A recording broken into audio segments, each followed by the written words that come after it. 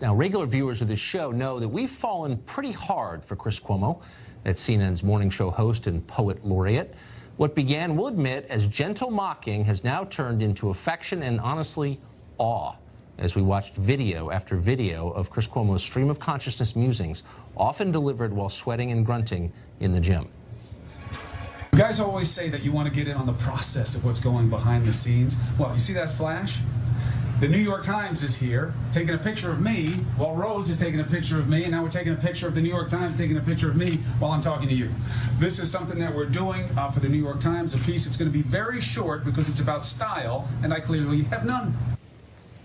If we were ever to adopt an Eastern religion, Chris Cuomo would be our Swami. And yet, even by our high standards, a recent piece in the TV news blog Mediaite stood out for the quivering intensity of its love for Chris Cuomo.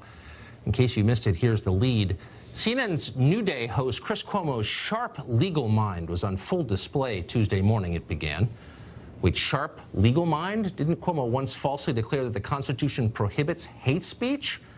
Yep, not so sharp. But that didn't slow the author of the Mediaite piece, a man named Colby Hall. Hall, in a flourish North Korean PR professionals would envy, slobbered on about Cuomo's, quote, well-reasoned and dispassionate manner that viewers have come to expect. Now, the question isn't, is this journalism? Obviously, it's not journalism. The real question is this stalking? Does it cross a line from fawning to creepy? Should Chris Cuomo be concerned that an editor at Mediaite clearly has posters of him in his bedroom? We can't answer that question. We can only wish Chris Cuomo the best. As you know, President Trump was rightfully fired up on Friday about more bogus reporting by the mainstream media. CNN wrongfully reported the Trump campaign received advance information from WikiLeaks on hacked DNC documents before they were released. Then over the weekend, more fake news. Washington Post reporter Dave Weigel attempted to make it look like the stands were empty at the president's Pensacola rally on Friday in a tweet, but he posted pictures that were from hours before the event even started. Mr. Trump says the media is out of control. He calls all the lies a, quote, stain on America. His press secretary was also fired up about it today. We just say, Sarah, that journalists make honest mistakes, and that doesn't make them fake news. But the question that I have... But when journalists make honest mistakes, they should own up to them. Sometimes, and a lot of times you don't. But there's a difference. There's a very big... I'm sorry. I'm not finished. There's a very big difference between making honest mistakes and purposefully misleading the American people, something that happens regularly. You can't say, I'm not done. You cannot say... You cannot say... that it's an honest mistake when you're purposely putting out information that you know to be false. All right, Jesse, Sarah Sanders dropping the mic. Oh, that was pretty strong performance by Sanders, and she has a point, not just the things you mentioned at the top. Brian Ross tanked the stock market over some fake news, and then you had the Bloomberg story about, you know, the investigation trying to subpoena bank records from Trump, which was also not true. So it's funny to me that every time that the mainstream media retracts a story, it's always against Trump. They're never making mistakes in favor of Trump. Have you noticed that, Jesse? They're never making mistakes when it comes to, you know, the NFL or military operations or, you know, a Fortune 500 company. All of the mistakes and the retractions and the fake news have something to do with making Trump look bad. So I don't believe it's honest mistakes. I believe it's even more than sloppy reporting because there's not a lot of other sloppy reporting. I don't remember a lot of retractions during the Obama administration. There have been more retractions in 1 year of Trump than there were 8 years on President Obama. So I believe it's ideologically motivated.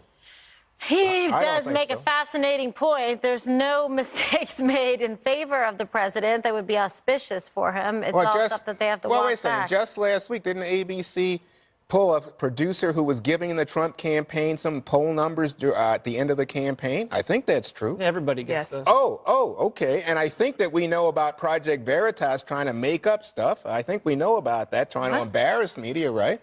So I think these things happen. No, I'm talking about mistakes that benefit, like a story where they put something forward that benefits the president or his favor. Right, I'm saying there are things to here that would have helped the president, right, in terms of that story from the ABC providing support and poll numbers to the That's not a president's story, Juan. campaign. That's just something reporters do with I'm saying Project Veritas was trying to generate I wouldn't stories. compare Project Veritas to ABC News. Okay, but what I'm saying is you've got a situation where the biggest story in America today, I don't care if you're a Republican or Democrat, is the Mueller investigation into Donald Trump. Everybody's after that story. Maybe more people are after Trump's tax returns. I don't know, but they haven't gotten that. Maybe they're a little too anxious because they keep making Rachel But I'm saying that's where the competition. It's like you and I are in a fight, Jesse. You know what?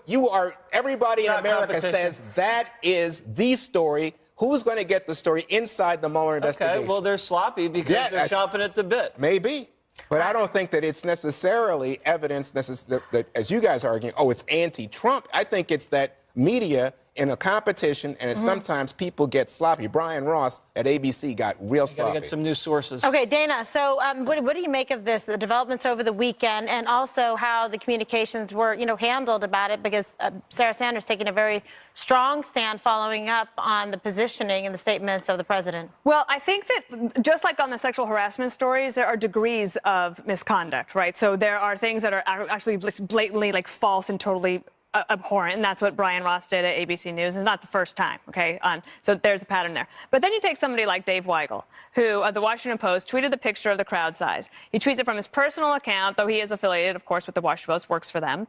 And he immediately apologizes within 20 minutes, but then they have to pound him all weekend long. And I think that is just over the line. My advice would be, if your performance numbers for your job do not directly tie to your Twitter account, set the thing down. Use it for a news source, but unless you are absolutely sure that something is a go, don't tweet about it. It doesn't help your bottom line for your company, and it might actually hurt your career. Yeah, exactly. But, throttle back on the tweets, Greg. Yes, I've been trying. Please, especially after the Christmas party tonight. I do believe, first you got to be careful about mocking other networks because it always happens the next day after you say something about CNN. Great. I end up going, I made a mistake. And then you try to do it very quickly. But anyway, Not me and it Dana. is kind of an honest mistake in the sense that if you really, the golden rule is, if you really want something to be true, you should do your damnedest to prove yourself wrong because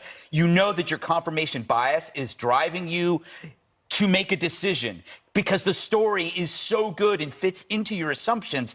It's too perfect. You want it to be right. So you actually have to be really careful that you're trying to delude yourself. All of these mistakes are based on wanting the story to be true, and it turns out it's not. So it's like you have to question your own delusions. And the irony is, Donald Trump is actually, in an odd way, making journalism great again because now they have to be extra careful or they prove him right. So they have to, now they go if I screw up this time, I'm never going to hear the end of it. Everybody's going to be pissed off. All right, thank you so much for that. I liked your facial expressions while I was talking.